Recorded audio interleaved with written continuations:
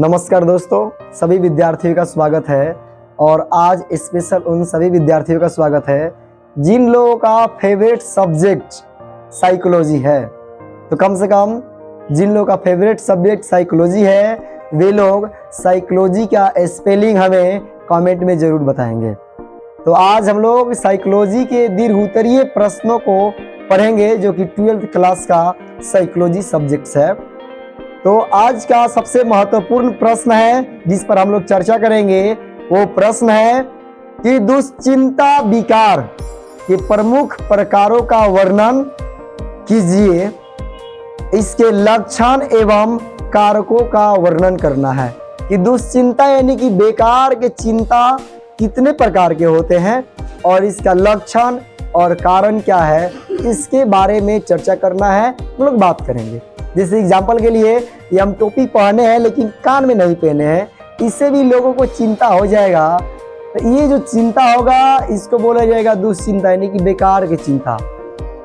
इसी तरह से हम लोग प्रश्न पर अपने चर्चा करेंगे कि दुश्चिंता विकार जो है ये मुख्य रूप से दो भागों में बांटा गया है। एक सामान्यकृत चिंता मनोविकार, मतलब ये जो नॉर्मली चिंता होगा, तो सामान्यकृत चिंता मनोविकार वैसे मनोविकार को कहा जाता है जो अवास्तविक, अकारण एवं अत्यधिक मात्रा में चिंता युक्त होता है। मतलब कि वास्तविक नहीं होता है, काल्पनिक होता है, कोई कारण नहीं तो अकारण यानी कि बिना कारण के जो चिंता हमारे मन में उत्पन्न होता है इसी को बोला जाता है सामान्यकृत चिंता मनोविकार।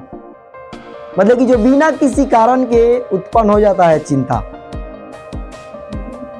इसके रोगी काल्पनिक विचारों में खोए रहते हैं। यह एक सामान्य विकार है। पूरी जनसंख्या का करीब 5 से 7% लोग अपने जीवन में कभी न कभी इस सामान्यकृत चिंता से पीड़ित होते हैं। सामान्यकृत चिंता मनोविकार के रोगियों में 2 प्रकार के लक्षण पाए जाते हैं, जो कि एक शारीरिक लक्षण है और दूसरा मानसिक लक्षण है। शारीरिक लक्षण यानी कि जो मान लीजिए कि एकदम मोटा है और पतला होने के लिए सोच सोच करके टेंशन में है कि वो हम कभी जिंदगी में पतले नहीं होंगे। ये ख्याल में वो बेचारा खोए रहता है और चिंता में ग्रसित रहता है। या फिर कोई बहुत दुबला पतला है तो भी अपने एक अलग ख्याल में रहता है, हमेशा टेंशन में रहता है, हम हड्डिये रहेंगे, हड्डिये रहेंगे, हड्डिये रहेंगे, कहियो हम फिट नहीं होंगे। तो ऐसे जो चिंता है इसको सामान्यकृत चिंता मनोविकार कहा जाता है। और सामान्यकृत मनोविकार यानी चिंता मनोविकार जो है इसके 2 लक्षण है, एक शारीरिक लक्षण और दूसरा मानसिक लक्षण। एक मन में लेकर के चिंता जो चला जाता है, जैसे कि मान लीजिए कि हम टोपी पहने कान नहीं ढके हैं, इससे भी किसी के अगर मन में चिंता होने लगेगा, अरे ठंडा लग रहा होगा, तो ये उसका चिंता जो है ये मानसिक चिंता बोला जाएगा। या फिर मन में सोच सोच करके कि एग्जाम में मेरा नंबर क्या आएगा क्या नहीं आएगा, ये जो मानसिक स्थिति जो गड़बड़ाहट है इसको बोला जाएगा सामान्यकृत चिंता मनोविकार का दूसरा लक्षण है मानसिक लक्षण। आगे पढ़ेंगे जो दूसरा दुश्चिंता का विकार है वो है आतंक मनोविकार। जानेंगे कि आतंक मनोविकार क्या है। तो इसकी चर्चा करते हुए चार्ल्स डार्विन ने कहा कि इससे पीड़ित व्यक्ति दहशत यानी भय, अपने अंदर डर का अनुभव करने लगता है। दहशत मूल रूप से चिंता एवं आशंका के कारण उत्पन्न होती है। जो दहशत है, दहशत मूल रूप से चिंता और आशंका के कारण होता है। ज्यादा चिंता करते करते आशंका में रहते रहते लोगों में दहशत बन जाता है।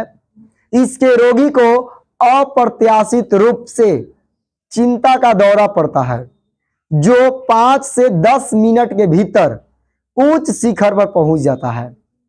इस दौरान आतंक मनोवृत्ति के व्यक्ति हर समय चिंतित नहीं रहते हैं। आतंक मनोविकृति के रोगियों में भी शारीरिक एवं मानसिक लक्षण पाए जाते हैं। मतलब जो आतंक मनोविकार है, इन लोगों में भी शारीरिक और मानसिक ये दोनों प्रकार के विकार पाए जाते हैं, लक्षण पाए जाते हैं। शारीरिक लक्षण के रूप में श्वास की कमी, चक्कर आना, कंपी होना, दिल धड़कना, घुटन दम घुटना, जीभ चलाना, छाती में दर्द या बेचैनी होना, अत्यधिक पसीना आना, रोंगटे खड़े हो जाना, दांत कटकटाना, नियंत्रण होना, हमेशा मरने का डर होना इत्यादि, ये सभी जो लक्षण है ये आतंक मनोविकार है। यानी कि कहने का मतलब है कि वैसा विकार जो इंसान के अंदर आतंक पैदा कर दे, बेचैनी, हकलापन, दांत कटकटना, ठंडा लगना, ये सभी जो सारी चीजें हैं, बिना काम की चिंता में प्रेशर ले लेना, ये सभी जो है ये आतंक मनोविकार है। तो दुश्चिंता मनस्ताप के कारण, यानी कि जो दुश्चिंता है ये मनस्ताप के कारण कैसे होता है जानेंगे। तो ये मानसिक संघर्ष एवं चिंता, क्या मानसिक संघर्ष एवं निराशा, चिंता मनस्ताप का एक प्रमुख कारण है। जब व्यक्ति किसी बात को लेकर निरंतर मानसिक संघर्ष करते रहता है और वह उसे पूरा नहीं कर पाता है, तो ऐसी स्थिति में व्यक्ति चिंता मनस्ताप से ग्रसित यानी कि ग्रस्त हो जाता है। जैसे कोई व्यक्ति अगर किसी चीज के बारे में सोच रहा है कोई कार्य करने के लिए और वो कार्य पूरा न हो, तब व्यक्ति उस चीज के बारे में सोचते सोचते सोचते मनस्ताप में चला जाता है, जो कि ये मानसिक संघर्ष कहा जाता है। ये एक चिंता का कारण है जिसके कारण व्यक्ति दुश्चिंतित हो जाता है। दूसरा चीज है हीन भावना, चिंता मनस्ताप का कारण है। एडलर का कहना है कि जब व्यक्ति के ईगो का समुचित रूप से विकास नहीं हो पाता है तो व्यक्ति में आत्म स्थापना की प्रवृत्ति का दमन हो जाता है। इससे व्यक्ति में कई बार हीनता की भावना आने लगती है, जो आगे चलकर चिंता मनस्ताप से पीड़ित हो जाता है। मतलब कहने का मतलब है कि जो व्यक्ति अगर कुछ नहीं कर पाता है और वो अपने आप को हीन देखने लगता है कि उस व्यक्ति से कुछ नहीं होने वाला है, वो अपने जिंदगी में कुछ नहीं कर सकता है, कुछ भी हासिल नहीं कर सकता है, तब वो व्यक्ति में ये मनस्ताप जो है इससे पीड़ित हो जाता है।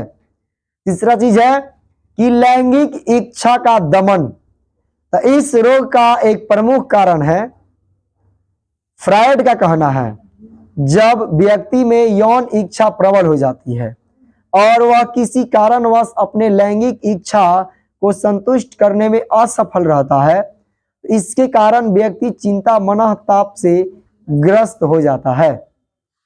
जैसे कोई किसी से यौन संबंध बनाना चाहता है, यानी कि प्रेम करता है और वो मिलना चाह रहा है, लेकिन वो किसी कारण से अगर नहीं मिल पाए तो उस मिलन के बारे में भी सोच सोच के क्या हो जाएगा, मनस चिंता से, दुश्चिंता से ग्रसित हो जाता है। और ये तो थोड़ी सी चिंता है। और इन सभी मैटर में, मिलने जुलने के मैटर में क्या होता है, सोचते सोचते सोचते वो व्यक्ति रेलवे लाइन पकड़ लेता है, ट्रक पकड़ लेता है, बिजली पकड़ लेता है, इतना बेचारा मनस चिंता में ग्रस्त हो जाता है। चौथा है बचपन के दिनों में भयानक स्थितियों के आने से भी चिंता मनस्ताप की उत्पत्ति होती है। यानी कि बचपन के दिन में अगर कोई भयानक स्थिति आ जाए, कोई डरावनी दुर्घटना हो जाए, तो भी व्यक्ति मनस चिंता की उत्पत्ति हो जाता है। यानी कि वो व्यक्ति सोचने लगता है। जिस मान लो कि किसी के बचपन में कोई ऐसा घटना हो गया जो उससे डर लगता है, तो उसके जिंदगी में बड़े हो जाने के बाद भी अगर वैसा घटना घटता है तो व्यक्ति क्या रहेगा, दुश्चिंतित रहेगा, उसके अंदर मनस्ताप जो है वो ग्रसित हो जाता है। इसके साथ ये क्वेश्चन जो है समाप्त होता है। और एक ही क्वेश्चन महत्वपूर्ण क्वेश्चन है, इसके बाद कहानी हम करते हैं समाप्त।